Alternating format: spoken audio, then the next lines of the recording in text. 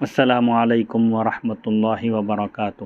وعلیکم السلام ورحمۃ اللہ وبرکاتہ۔ الحمد للہ رب العالمین والعاقبۃ للمتقین والصلاة والسلام علی سید الانبیاء واشرف المرسلین وعلی آلہ الطیبین الطاہرین واصحابہ الاکرمین الافضلین اجمعین۔ مولانا سید عبدالواسع حسینی بخاری چشتی المعروف سید محمد امان اللہ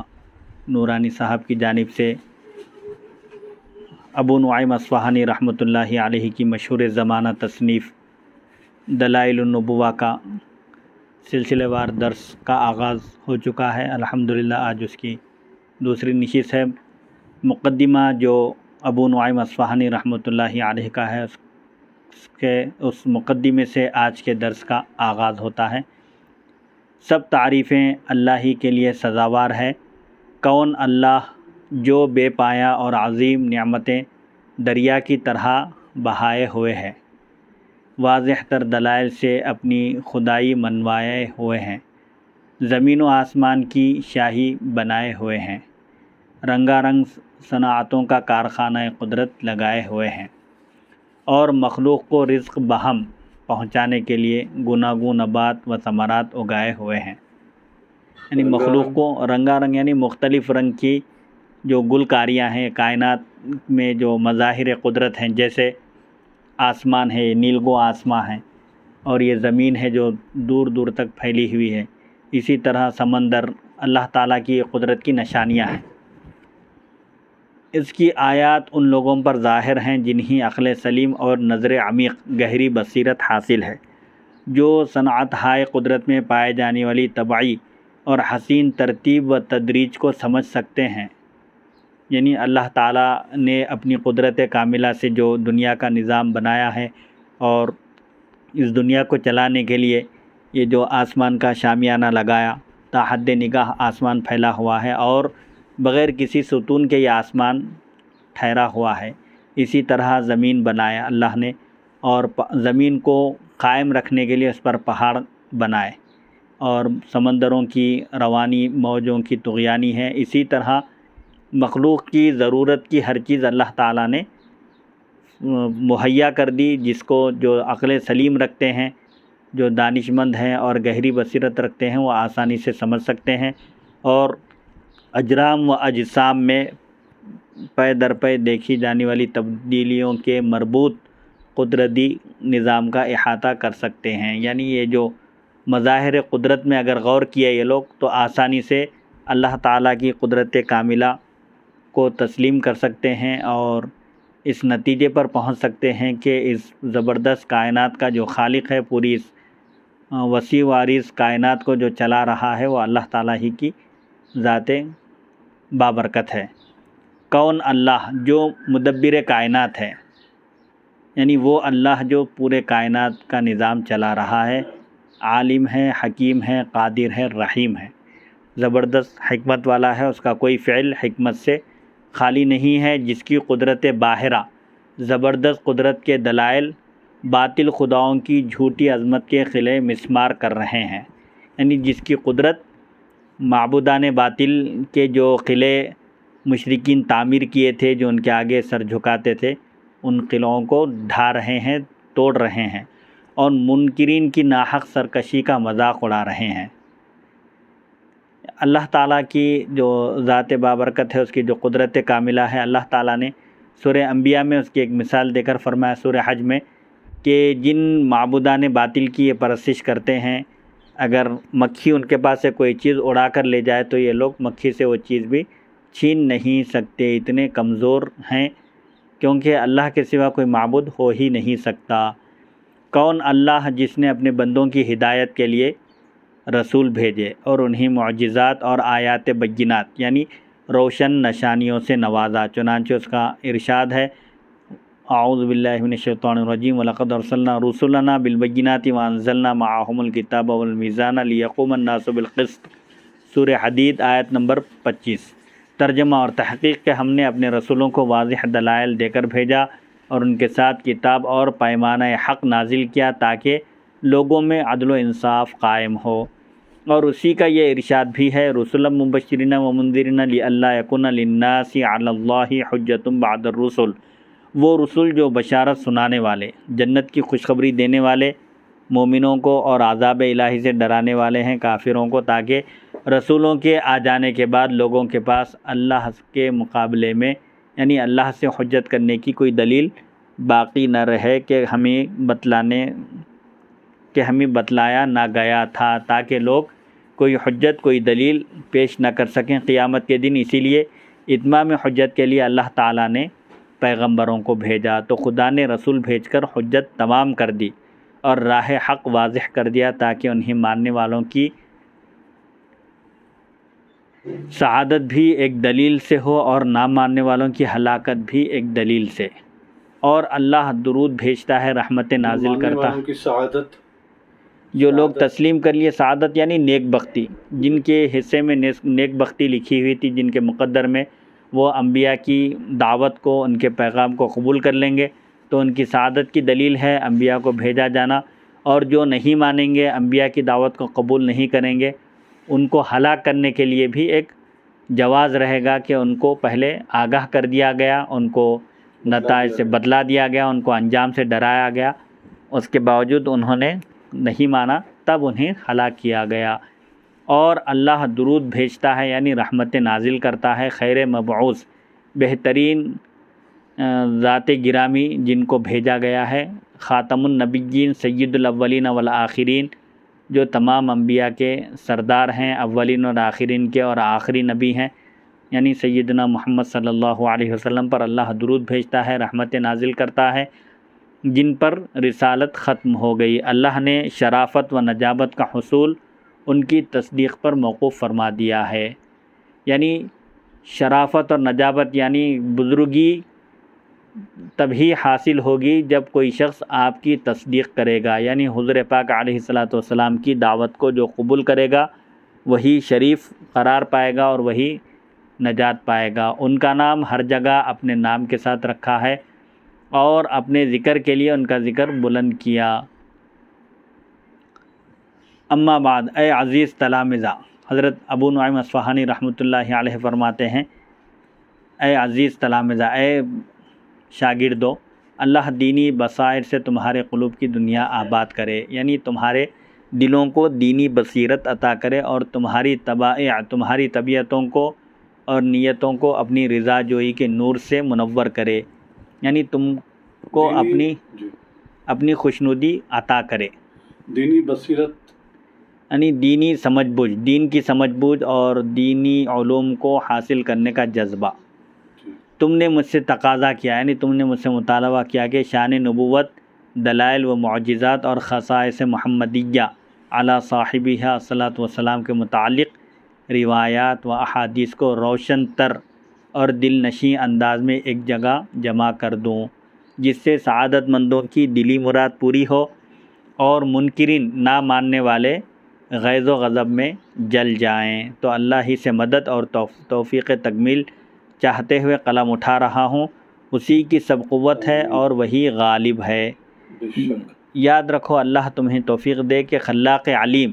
خلاق اللہ تعالیٰ کے ناموں میں سے ایک نام ہے، خوب پیدا کرنے والا، علیم خوب جاننے والا۔ خلاق علیم نے اپنی مخلوق مختلف صورتوں، متنوع جواہر اور گوناگون طباع و مزاج پر پیدا فرمائی ہیں، یعنی مخلوق کی طبیعتیں، ان کے مزاج، ان کی فکر، ان کی سوچ الگ ہے۔ اللہ نے سب کو ایک جیسا نہیں بنایا، ان کے طباع اور بدنی قوا بھی باہم متفاضل ہیں، یعنی کوئی کمزور ہے، کوئی طاقتور ہے، کسی کی طبیعت الگ ہے، کسی کا مزاج الگ ہے، اور سیرت و کردار کے پیمانے بھی مختلف ہیں، یعنی ان کے اخلاق، ان کے کردار بھی الگ الگ ہیں، سب ایک جیسے نہیں ہیں۔ کوئی سیرت اور کردار دونوں ایک ہی معنی ایک ہی معنی میں ہیں، یعنی ان کے مینرز، اخلاق وغیرہ الگ الگ ہیں۔ کوئی معتدل مزاج والا ہے جسے طب و جراحت سے چندہ سروکار نہیں، یعنی کوئی تعلق نہیں، تو کوئی دائم المرض ہے۔ کسی کا مزاج معتدل ہے، کبھی کوئی بیمار نہیں ہوتا، اعتدال کے ساتھ چلتا ہے، تو کوئی ہمیشہ کا بیمار ہے۔ کوئی قناعت پسند ہے جسے حقیر مال بھی کفایت کرتا ہے، قناعت پسند ہے، معمولی مال سے بھی اس کا کام چل جاتا ہے، تو کوئی ایسا ساقط و رذیل ہے جسے دولت کے انبار بھی ناکافی ہیں، یعنی کوئی حریص ہے، مال کا لالچی ہے کہ اس کو دولت کافی نہیں ہوتی۔ تو مفتی صاحب یہ قناعت پسند کا ایک معنی کا یہ بھی آئے گا کہ اللہ جتنا دیا ہے اسی پر راضی اور خوش ہے۔ قناعت پسندی کا مطلب اللہ جو عطا کرے اس پر راضی رہے، اس سے زیادہ کی حرص نہ کرے، اس کو قانع قناعت پسند کہتے ہیں۔ اس کے مقابلے میں حریص ہے، ایسا ذلیل اور رذیل ہوتا ہے کہ جسے اللہ اکبر۔ دولت کے انبار بھی ناکافی ہوتے ہیں۔ یہی حال ارواح کا ہے، یہ ظاہری اجسام کا تھا اور یہی حال ارواح کا ہے۔ کچھ پاکیزہ روشن دماغ ارواح ہیں جو علم و حکمت کے دلدادہ یعنی شوقین اور حصول سعادت کے در پہ رہتی ہیں۔ کچھ ارواح سعادت حاصل کرنے کی فکر میں رہتی ہیں اور علم و حکمت حاصل کرنے کے شوقین ہوتے ہیں، اور کچھ ارواح گندی اور کند خیال ارواح ہیں جنہیں معارف و بصائر یعنی علوم و حکمت اور بصیرت سے کوئی تعلق نہیں اور آیات و عبر سے کچھ لگاؤ نہیں، یعنی اللہ تعالیٰ نے جو آیات اور عبرت حاصل کرنے کے لیے جو چیزیں اللہ نے نازل کی ہیں یا بتائی ہیں اس سے ان کو کوئی لگاؤ، کوئی تعلق نہیں ہوتا۔ وہ ناعاقبت اندیشی کے قعر مذلت میں گرنے کے لیے بیتاب ہیں، یعنی ان کو انجام کی کوئی فکر نہیں ہے اور اللہ تعالیٰ کی سرکشی کی نافرمانی کر کے وہ ذلت کے گڑھے میں گرنا چاہتے ہیں۔ کچھ ارواح ایسے ہیں جن کو اپنی آخرت کی فکر نہیں ہوتی، صرف مردار دنیا کے وہ طالب ہوتے ہیں، اور اللہ تعالیٰ نے جن چیزوں سے روکا ہے ان سے بچنے کے بجائے ان کا ارتکاب کر کے وہ گناہ کر کے وہ لوگ ذلت کے غار میں چلے جاتے ہیں، جبکہ ان کے درمیان بعض متوسط میانہ روی یعنی مڈل کلاس کے ارواح بھی ہیں جو جہالت و نجاست کے درجے سے تو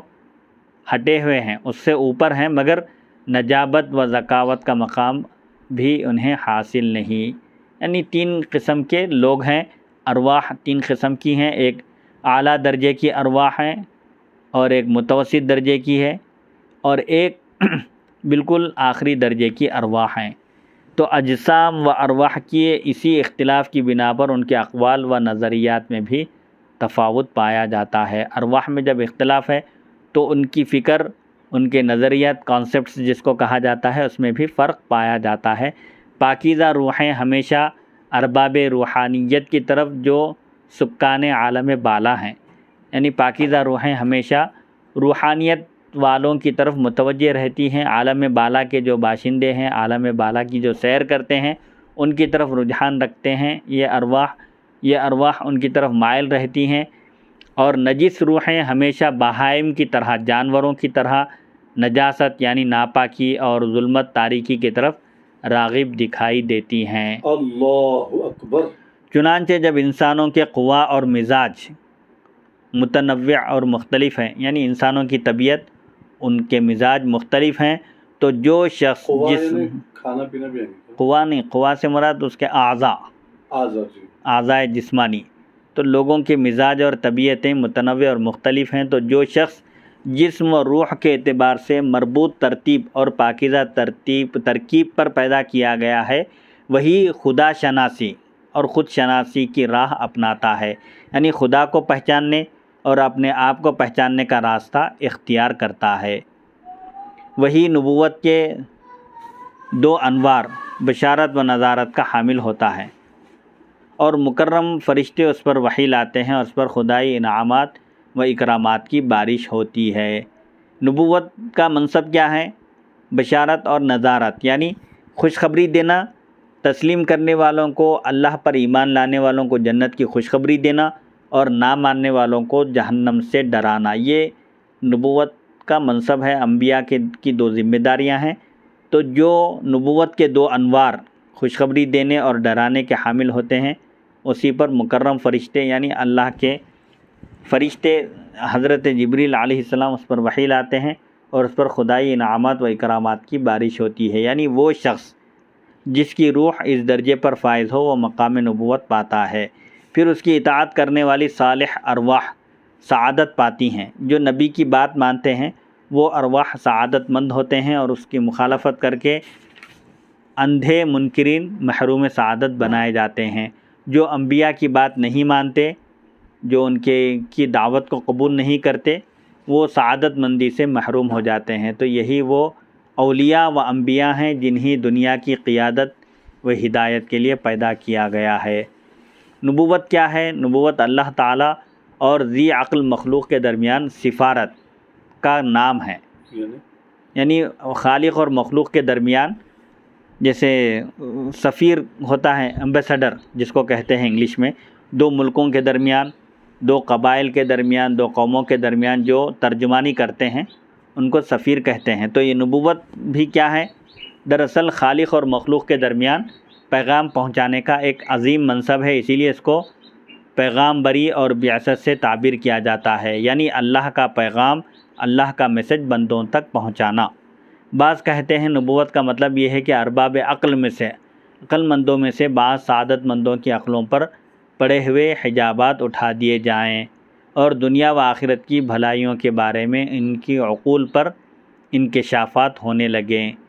اسی لیے نبوت کو ہمیشہ حجت و ہدایت کا نام بھی دیا جاتا رہا ہے، کیونکہ جب ان انبیاء کے ہاں عقلی حجابات نہیں رہتے تو ان پر راہ ہدایت متعین یعنی مقرر ہو جاتی ہے۔ اس کا خلاصہ یہ ہے کہ بعض کہتے ہیں نبی کس کو کہتے ہیں کہ جو نہایت عقل مند ہوتے ہیں، اور بعض سعادت مندوں کی عقلوں پر جو پردہ پڑا ہوا ہے، جن کو راہ نیک لوگوں کو جو بات نہیں معلوم ہے وہ بات یہ لوگ پہنچاتے ہیں۔ جیسے غیبی امور ہے، جنت اور دوزخ ہے جو مخلوق کی نگاہوں سے غائب ہے، اسی طرح اللہ تعالیٰ کے احکام ہیں جو اللہ تعالیٰ اپنے فرشتے کے ذریعے نبی کو بتاتا ہے، پھر وہ نبی امت کو بتاتے ہیں۔ تو صرف بعض ایسے سعادت مند لوگ رہتے ہیں جن کو صرف ہدایت کی رہنمائی کی ضرورت ہوتی ہے، تو وہی کام انبیاء انجام دیتے ہیں کہ ان کو ہدایت کا راستہ دکھاتے ہیں اور دنیا اور آخرت کی بھلائیوں کے بارے میں ان کو جب بتاتے ہیں تو ان کی عقلوں پر وہ راز کھلنے لگتے ہیں، اور پھر وہ دین اسلام کے احکام کو اور شریعت کے احکام کو خوشی سے قبول کر کے اس پر عمل کرتے ہیں۔ اسی لیے نبوت کو ہمیشہ حجت و ہدایت کا بھی نام دیا جاتا رہا، کیونکہ نبی کا کام ہوتا ہے ہدایت دینا، مخلوق کو اللہ کے راستے کی طرف پہنچانا۔ سبحان اللہ سبحان اللہ۔ نبی کے لغوی معنی، لفظ نبی نبأ سے مشتق ہے، یہ عربی زبان کا لفظ ہے نبأ، جس کے معنی ہے خبر دینا، غیب کی خبر دینا، اور نبی اللہ تعالیٰ سے بذریعہ وحی علم حاصل کر کے اہل جہاں کو خبر عطا کرنے والے ہوتے ہیں، اسی لیے نبی کو نبی کہا جاتا ہے۔ وہ اللہ تعالیٰ سے وحی کے ذریعے علم حاصل کر کے مخلوق کو غیب کی خبر دیتے ہیں۔ اور بعض کہتے ہیں لفظ نبی لغوی معنی، لغت کے اعتبار سے نبی کے معنی یہ لفظ نبأ سے مشتق ہے، اور بعض کہتے ہیں لفظ نبی نبوتن سے مشتق ہے، جس کے معنی ہے جائے بلند جگہ، اور نبی واقعتاً رفعت کی اعلیٰ تر قسم سے سرفراز ہوتا ہے، اور اسے اللہ اور مخلوق کے مابین کے درمیان سفیر بنایا جاتا ہے۔ چاہے لفظ نبوت سے اس کو مشتق مانا جائے یا نبأ سے، دونوں کے معنی بھی، ایک کے معنی غیب کی خبر دینے کے آتے ہیں اور دوسرے کے معنی عظیم الشان اور بلند مرتبے کے آتے ہیں، چونکہ نبی کا مرتبہ ساری مخلوق میں سب سے زیادہ بلند ہوتا ہے، اسی لیے نبی کو نبی کہا جاتا ہے۔ پہلے معنی کے اعتبار سے نبوت اور رسالت کے مفہوم میں کچھ فرق نہیں رہ جاتا، کیونکہ رسول بروزن فعول کے معنی آتے ہیں مرسل یعنی بھیجا ہوا، کیونکہ فعول بمعنی مفعول اکثر استعمال ہوتا ہے، اور بھیجے جانے سے مراد یہی ہے کہ اسے بذریعہ وحی علم دے کر باخبر بنایا جائے، اور یہی نبی کا معنی اور مفہوم ہے۔ وحی کا ایک لفظ آیا تھا، وحی کے لغوی اور اصطلاحی معنی اور مفہوم۔ لفظ وحی وحا یحی سے نکلا ہے، جس کے معنی عجلت کے ہیں، چونکہ رسول اللہ کی طرف سے ملنے والے پیغام کو سمجھنے اور اسے لوگوں تک پہنچانے میں سرعت سے کام لینا ہے، اس لیے اس پیغام کو وحی کہا گیا۔ اصطلاحی مفہوم محتاج وضاحت نہیں، اور اس کے اعتبار سے وحی کی چند صورتیں اور اقسام ہے۔ نمبر 1 فرشتہ نبی کے پاس آئے، وحی کی کیا کیا شکلیں ہو سکتی ہے بتایا جا رہا ہے۔ نمبر 1 فرشتہ نبی کے پاس آئے اور بول کر اسے پیغام سنائے جسے وہ سن لے۔ نمبر 2 نبی کے دل میں خدا اپنا پیغام القاء کر دے، یعنی اللہ تعالیٰ خود نبی کے دل میں کوئی بات ڈال دے، یہ بھی وحی ہے۔ اللہ تعالیٰ فرماتا ہے اعوذ باللہ من الشیطان الرجیم ما کان لبشر ان یکلمہ اللہ الا وحیا او من وراء حجاب او یرسل رسولا فیوحی باذنہ ما یشاء، سورہ شورى آیت نمبر 51۔ کسی بشر کے لیے یہ مناسب نہیں ہے کہ اللہ سے براہ راست کلام کرے، مگر یہ کہ اس پر وحی کے ذریعے اس پر وحی کی جائے، یا پردے کے پیچھے سے بات کی جائے، یا اللہ اپنی طرف سے اپنا فرستادہ یعنی فرشتہ بھیجے تو وہ اللہ کے اذن اور منشے سے اسے وحی دے، یعنی وحی القاء کرے۔ براہ راست اللہ تعالیٰ کسی بھی بشر سے کلام نہیں کرتا۔ کلام کی 2-3 صورتیں بتائی جا رہی ہے، یا تو اس کو کی طرف وحی کی جائے گی، یا من وراء حجاب پردے کے پیچھے سے اس کو بات بتائی جائے گی، یا کوئی فرشتہ بھیج کر اللہ تعالیٰ نبی کو آگاہ کرے گا، بتائے گا۔ مطلب یہ کہ نبی کو یا تو بذریعہ فرشتہ خطاب کیا جاتا ہے جس کا مفہوم اس کے دل میں اتار دیا جاتا ہے اور وہ اسے دل میں حفظ اور ضبط کر لیتے ہیں، یا خطاب اور کلام کے بغیر ہی براہ راست ان کے دل پر الہام و اطلاع آتی ہے۔ چنانچہ آیات قرآنیہ اور ہم نے شہد کی مکھی کو وحی کی، وَأَوْحَىٰ رَبُّكَ إِلَى النَّحْلِ سورہ نحل آیت نمبر 68، یا ہم نے موسیٰ کی والدہ کی طرف وحی کی، وَأَوْحَيْنَا إِلَىٰ أُمِّ مُوسَىٰ أَنْ أَرْضِعِيهِ سے وحی کا یہی دوسرا معنی مراد ہے۔ وحی کرنے سے شہد کی مکھیوں کی طرف وحی نازل ہونے کا مطلب جو عام طور پر وحی کا مفہوم ہے وہ نہیں ہے، بلکہ وہاں ان کو ہدایت دینا، ان کے دل میں بات ڈالنا ہے۔ نبوت کے شرائط، جیسا کہ ابھی پیچھے گزرا ہے کہ نبوت بمعنی سفارت بھی ہے، یعنی نبوت کا مطلب خالق اور مخلوق کے درمیان پیغام پہنچانے کا کام انجام دینا، اور نبوت کے یہ معنی بھی ہے کہ بعض اہل عقل کے عقلی حجابات اٹھا دیے جائیں، ان کی عقلوں پر جو پردہ پڑا ہوا ہے اس کو اسلامی تعلیمات سے ان پردوں کو ہٹا دیا جائے اور انہیں غیبی ادراکات ہونے لگیں۔ تو یاد رہے غیبی ادراکات یعنی غیب کی چیزیں انہیں معلوم ہونے لگیں۔ تو یاد رہے خدا تعالیٰ کے سفیر کے لیے ضروری ہے کہ خدا اسے 4 خصوصی انعامات سے نوازے تاکہ وہ سفارت کا حق ادا کر سکے۔ اسی طرح عقلی حجابات بھی اس وقت تک نہیں اٹھ سکتے جب تک 4 آفات اور امراض سے سلامتی حاصل نہ ہو، اور ان دونوں امور کے درمیان عموم خصوص مطلق کی نسبت ہے، یعنی مذکورہ 4 خصوصی انعامات کا حامل سفیر یقیناً مذکورہ 4 آفات مصیبتوں سے محفوظ بھی ہوگا، مگر آفات سے سلامتی ان خصوصی عطاؤں کی حصول کی ضامن نہیں۔ یعنی 4 امراض سے محفوظ ہونے سے یہ ضروری نہیں ہے کہ وہ 4 خصوصیتیں بھی انہیں حاصل ہو جائیں۔ وہ 4 خصوصی انعامات یہ ہیں: نمبر 1 بدنی انعام، نمبر 2 تشریفی انعام شرف بخشنے کا انعام، نمبر 3 علمی انعام علوم و معارف سے سرفراز کیا جانا، نمبر 4 تحدیدی انعام یعنی انجام سے باخبر کرنا، کوئی غلطی ہو جائے تو اس کے انجام سے آگاہ کرنا، اور 4 آفتیں یہ ہے: نمبر 1 ذات خدا کا کفر، اللہ کے متعلق جھوٹ بولنا کہ اس نے مجھے یہ الہام کیا ہے یا مجھے رسول بنایا ہے حالانکہ ایسا نہ ہو، احکام خداوندی کو بجا نہ لانا، اور اوامر الہی سے ناواقف ہونا۔ یہ 4 امراض ہیں، یہ 4 آفات ہیں۔ بدنی اوامر الہی، اللہ تعالیٰ کے احکام۔ جی بدنی عطا جو خصوصی انعام میں نمبر 1 ہے، اس کا مطلب یہ ہے کہ آداب شہنشاہی میں اس امر کو ہمیشہ سے بڑی اہمیت حاصل رہی ہے کہ شہنشاہ اپنی طرف سے سفارت کی ذمہ داری کسی ایسے شخص کو سونپا کرتے ہیں، دیتے ہیں جو مضبوط اعصاب کا مالک اور عالی ہمت ہو، اس کی سابقہ کارگزاری اس کے اعلیٰ کردار کی ضامن ہو، اور عقل گواہی دے رہی ہو کہ یہ شخص اس ذمہ داری کو بخوبی سر انجام دے سکتا ہے، ادا کر سکتا ہے۔ تو خداوند تعالیٰ جو حکیم ازلی ہے، جو ہمیشہ سے حکمت والا ہے، اس امر کے زیادہ لائق ہے کہ وہ اپنی رسالت کے لیے ایسے ہی شخص کو منتخب فرمائے جو اپنی ساری قوم میں برگزیدہ ہو اور تمام محامد اور خوبیوں کا جامع ہو۔ اسی لیے آج تک کوئی ایسا نبی نہیں آیا، برگزیدہ یعنی منتخب، چنندہ۔ جی اسی لیے آج تک ایسا کوئی نبی نہیں آیا جس کے بدن میں نمایاں خامی ہو، عقل میں نقص ہو، نسب میں خرابی ہو یا اخلاق میں کمزوری ہو۔ اور یہ آیت مبارکہ اسی طرف اشارہ کرتی ہے، یعنی انبیاء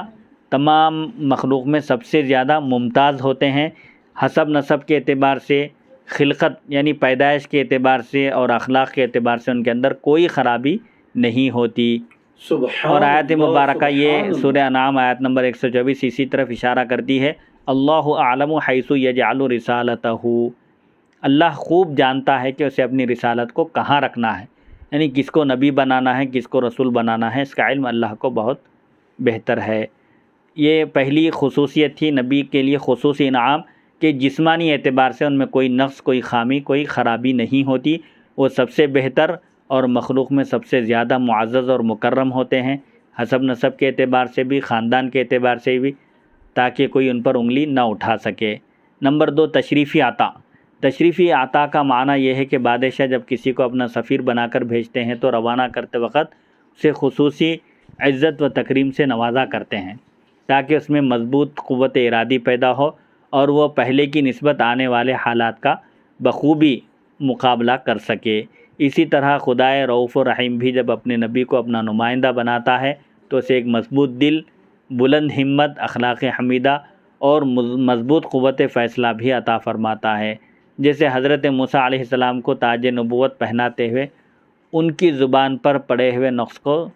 دور کر دیا گیا، اور ہارون علیہ السلام کو ان کا معاون یعنی مددگار اور شریک کار، نبوت کے کام میں شریک کار مقرر کیا گیا۔ چنانچہ موسیٰ علیہ السلام نے دعا کی، فَأَرْسِلْهُ مَعِيَ رِدْ أَن يُصَدِّقُنِي إِنِّي أَخَافُ أَن يُكَذِّبُونَ، سورہ قصص آیت نمبر 34۔ اے اللہ تو انہیں میرے ساتھ میری مدد کے لیے بھیج تاکہ وہ میری تصدیق کریں، مجھے ڈر ہے کہ وہ مجھے جھٹ لائیں گے۔ تو اللہ تعالیٰ نے آپ کی دعا کو یوں قبول فرمایا، قَدْ أُوتِيتَ سُؤْلَكَ يَا مُوسَىٰ، اے موسیٰ علیہ السلام آپ کی تمنا پوری کر دی گئی ہے۔ علمی عطا۔ نمبر 3، علمی عطا کا معنی یہ ہے کہ ملوک، بادشاہ جب کسی کے متعلق یہ خیال کر لیتے ہیں کہ وہ ان کا نمائندہ بن سکتا ہے تو پھر وہ اسے سفارت سے متعلق تمام آداب و ہدایات سے بخوبی آگاہ کر دیتے ہیں اور خصوصی علوم و معارف سے نوازتے ہیں۔ یوں ہی حق تعالیٰ جب کسی کے گلے میں سفارت نبوت کا ہار پہناتا ہے تو اسے علم و حکمت کے خزانے بھی عطا فرماتا ہے۔ یہی اس کی حکمت کا تقاضا ہے، کیونکہ وہ جانتا ہے کہ یہ علوم اسے بتانے سے ہی آ سکتے ہیں، اور مخلوق کی عمومی مصالح یعنی مخلوق کے جو عمومی فوائد ہیں خدا کے آگاہ کرنے سے ہی، عمومی فائدے خدا کے آگاہ کرنے سے ہی اسے معلوم ہو سکتے ہیں۔ اسی لیے ارشاد ربانی ہے، وَكَذَلِكَ لِنُثَبِّتَ بِهِ فُؤَادَكَ، اور یہ امر اسی طرح ہے کہ ہم اس سے آپ کا دل مضبوط کرتے ہیں۔ یعنی کافروں نے یہ اعتراض کیا تھا کہ قرآن مجید بیک وقت پورا کیوں نازل نہیں ہوتا، تو اس کے جواب میں اللہ تعالیٰ نے فرمایا کہ کذالک، ہونا تو یہی چاہیے تھا جیسے تورات اور انجیل بیک وقت نازل کیے گئے، لیکن قرآن مجید کو تھوڑا تھوڑا نازل کرنے کا مقصد کیا ہے؟ لِنُثَبِّتَ بِهِ فُؤَادَكَ، تاکہ ہم اس کے ذریعے آپ کے دل کو تقویت بخشیں۔ جب کفار مکہ حضور صلی اللہ علیہ وسلم کو تکلیف پہنچاتے، آپ کی راہ میں کانٹے بچھاتے، اور آپ نماز جب ادا کرتے تو آپ کی پشت مبارک پر نجاست وغیرہ لا کر رکھ دیتے تھے وہ لوگ، تو یہ جب تکلیف پہنچتی آپ کو تو تھوڑا تھوڑا قرآن نازل کر کے اللہ تسلی دیتا تھا۔ بیک وقت پورا نازل ہو جاتا تو پھر اس لیے اس میں حکمتیں ہیں۔ کذالک لنثبت بہ فؤادک، حضور صلی اللہ علیہ وسلم کے دل کو تسلی دینے کے لیے، تقویت بخشنے کے لیے اللہ تعالیٰ وقتاً فوقتاً تھوڑا تھوڑا قرآن مجید نازل کیا۔ ولولا ان ثبتناک لقد کدت ترکن الیہم شیئا قلیلا، اور اگر ہم آپ کا دل مضبوط نہ کرتے تو قریب تھا کہ آپ ان کی طرف کچھ مائل ہو جاتے۔ یعنی تائید ربانی، اللہ تعالیٰ کی مدد حضور پاک علیہ الصلوۃ والسلام کی ہمیشہ شامل حال رہی۔ اور تحدیدی عطا، یہ چوتھی عطا ہے۔ تحدیدی عطا یہ ہے کہ ہر فرما روائے مملکت یعنی ہر بادشاہ۔ حضرت ایک نقطہ یہ ہے اس میں یہ جو بات آئی ہے کہ اگر آپ پر اللہ کا فضل نہ ہوتا تو آپ ان کی باتوں کو قبول کرنے کے قریب ہو جاتے، مائل ان کی طرف تھوڑا سا امت کے دراصل یہ خطاب جو ہے یہ تو کلام حضور سے ہے، جی، لیکن یہ اس کا حکم عام ہے۔ خطاب حضور صلی اللہ علیہ وسلم سے ہے، اور عموماً تعلیم امت کو دی جاتی ہے تو کہ امت کے لیے اس میں کیا تعلیم ہے کہ آپ ان سے جو ہے قریب ہو جاتے ہیں اگر آپ پر یعنی ولولا ان ثبت نہ گئے، اللہ تعالیٰ فرماتا ہے کہ اگر ہم آپ کی تائید نہ کرتے، آپ کا دل مضبوط نہ کرتے تو قریب تھا کہ آپ تھوڑا سا ان کی طرف مائل ہو جاتے، جھک جاتے ان کی طرف۔ لیکن اللہ تعالیٰ کا شروع سے حضور صلی اللہ علیہ وسلم پر فضل ایسا رہا کہ اللہ تعالیٰ نے آپ کی ہر مرحلے میں ہر موڑ پر حفاظت فرمائی، حتیٰ کہ بچپن میں بھی، اور جو عرب میں مکے میں جو کفر و شرک کا جو ماحول تھا، آپ 40 سال کی عمر شریف میں نبوت کا اعلان فرمائے، اس سے پہلے کی بھی جو آپ کی زندگی تھی نہایت پاکیزہ تھی، اسی لیے آپ جب دعوت دیے تو فرمایا کہ تم مجھے کیسا جانتے ہو، کیسا شخص پاتے ہو۔ اور قرآن پاک میں بھی سورہ یونس میں اللہ تعالیٰ نے فرمایا، آپ صلی اللہ علیہ وسلم نے جب دعوت پیش کی تو فرمایا فقط لبثت فیکم عمرا من قبلہ افلا تعقلون، نبوت میں دعوت توحید کی دعوت دینے سے پہلے بھی میں تمہارے درمیان 40 سال کا عرصہ گزارا، کیا کبھی تم مجھے غلط پائے؟ تو مشرکین عرب بھی حضور پاک علیہ الصلوۃ والسلام کے اخلاق اور آپ کے پاکیزہ صفتوں کا ذکر کرتے تھے، کبھی انکار نہیں کرتے تھے، ان کو جرأت اور ہمت بھی نہیں ہوتی تھی۔ وہ لوگ خود بھی یہ کہتے تھے کہ آپ صادق اور امین ہیں، کبھی بھی جیسا کہ پہلی مرتبہ آپ دعوت پیش کیے پہاڑ کے اوپر کھڑے ہو کر فرمائے کہ اگر میں یہ کہوں کہ اس پہاڑ کے پیچھے ایک لشکر ہے جو تم پر حملہ کرنے والا ہے تو کیا تم میری بات مانو گے؟ کیونکہ پہاڑ کے پیچھے کا تو ان کو کچھ نہیں دکھ رہا، صرف حضور صلی اللہ علیہ وسلم کے فرمانے پر آپ پوچھتے ہیں کیا میرے کہنے پر مانو گے؟ تو انہوں نے کہا کہ ہم کبھی آپ کو جھوٹ بولتے ہوئے دیکھے ہی نہیں، کبھی آپ نے اپنی زندگی میں جھوٹ نہیں کہا، تو ہم یقیناً تسلیم کر لیں گے۔ تو اس کے بعد آپ فرمائے کہ اللہ تعالیٰ ایک ہے، اللہ کے ساتھ کسی کو شریک نہ ٹھہراؤ اس کے ذات و صفات میں۔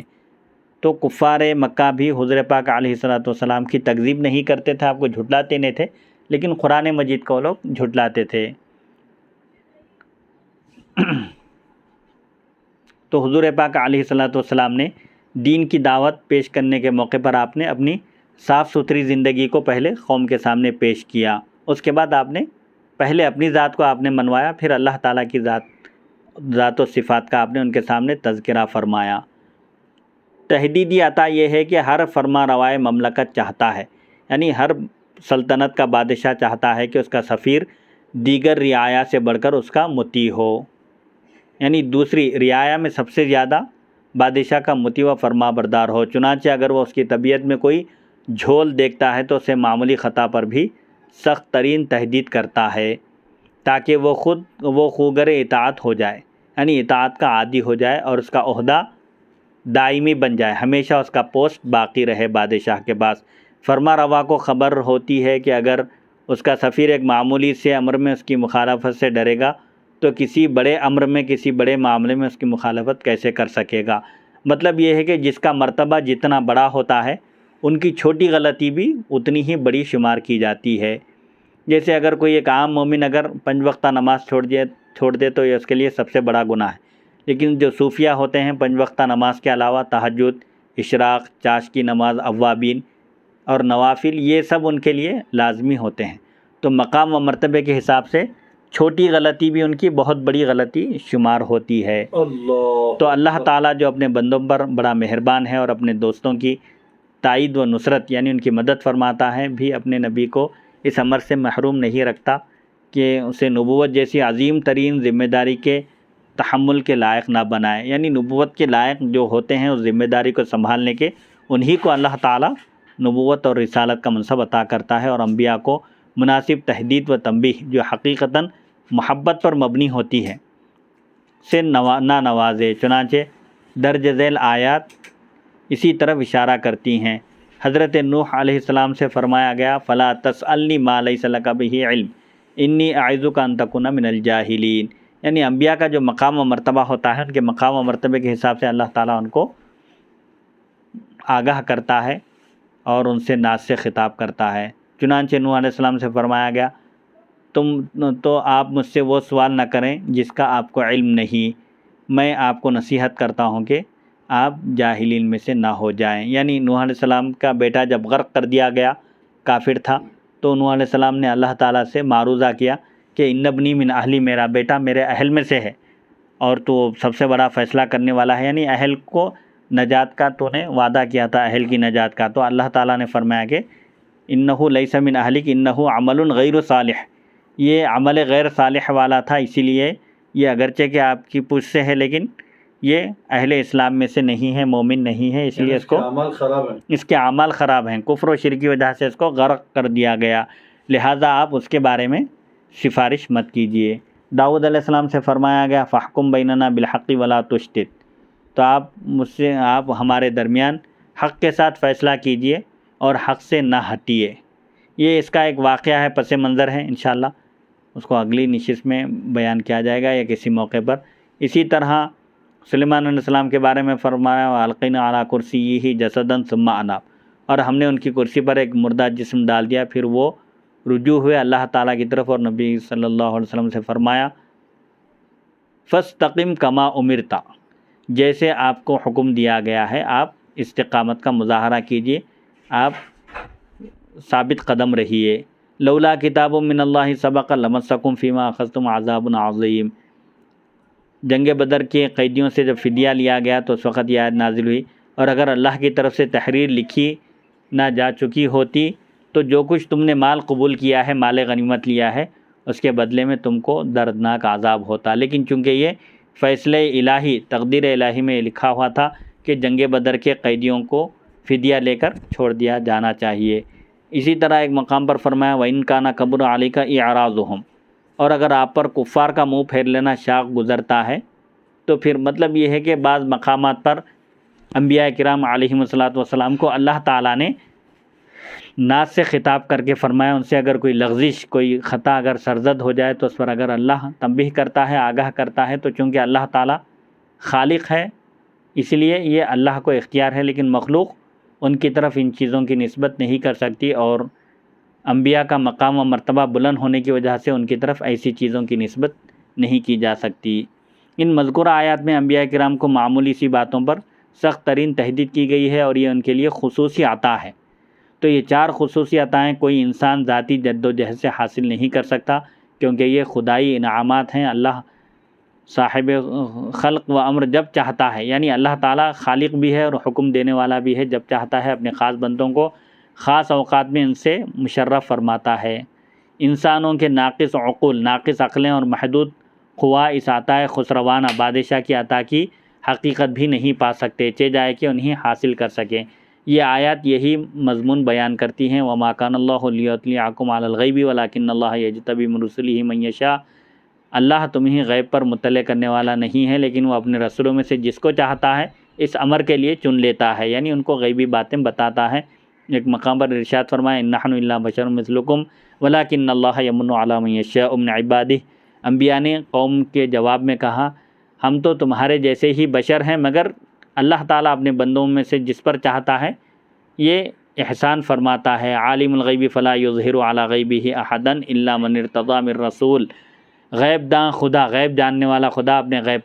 اپنے غیب کسی پر ظاہر نہیں کرتا مگر جس رسول کو وہ منتخب کر لے، چن لے۔ یاد رہے معجزات سید الانبیاء صلی اللہ علیہ وسلم احاطہ عدد سے نا آشنا ہے، یعنی حضور پاک علیہ السلام کے معجزات بے شمار ہیں، کوئی گن نہیں سکتا، سبحان اللہ، اور اعانت سند سے بے نیاز ہیں، سند کی بھی ضرورت نہیں ہے۔ آپ صلی اللہ علیہ وسلم کے معجزات میں سے عظیم ترین معجزہ جس کا آج تک معارضہ و انکار نہیں ہو سکا، مقابلہ نہیں کیا جا سکا، وہ قرآن کریم ہے۔ ملحدین، بے دین اور فلاسفہ، فلسفی لوگوں نے اگرچہ اپنی بساط کے مطابق اس بارے میں تانا دینے کی کوشش کی ہے، مگر اللہ تعالیٰ نے ہمارے مسلمان بیٹوں اور مسلم علماء کو توفیق دی تو انہوں نے طبیعیات میں تحقیق کر کے ملحدین کی آراء کو باطل کر دیا، یعنی ملحدین کی تحقیق کو انہوں نے بے اعتبار کر دیا، اور بعثت مرسلین کا امکان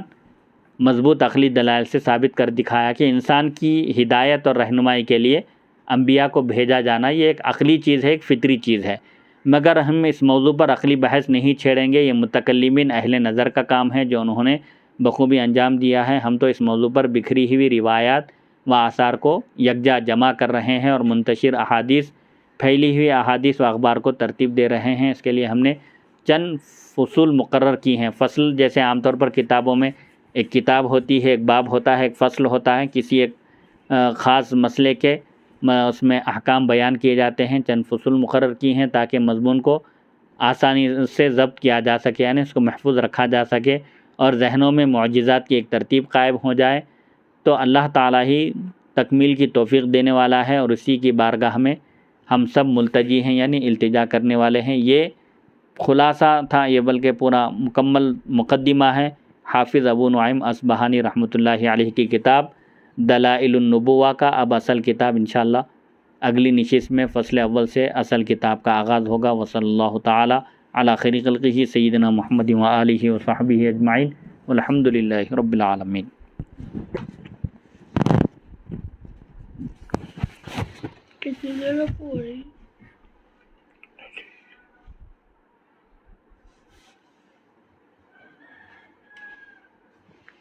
ارے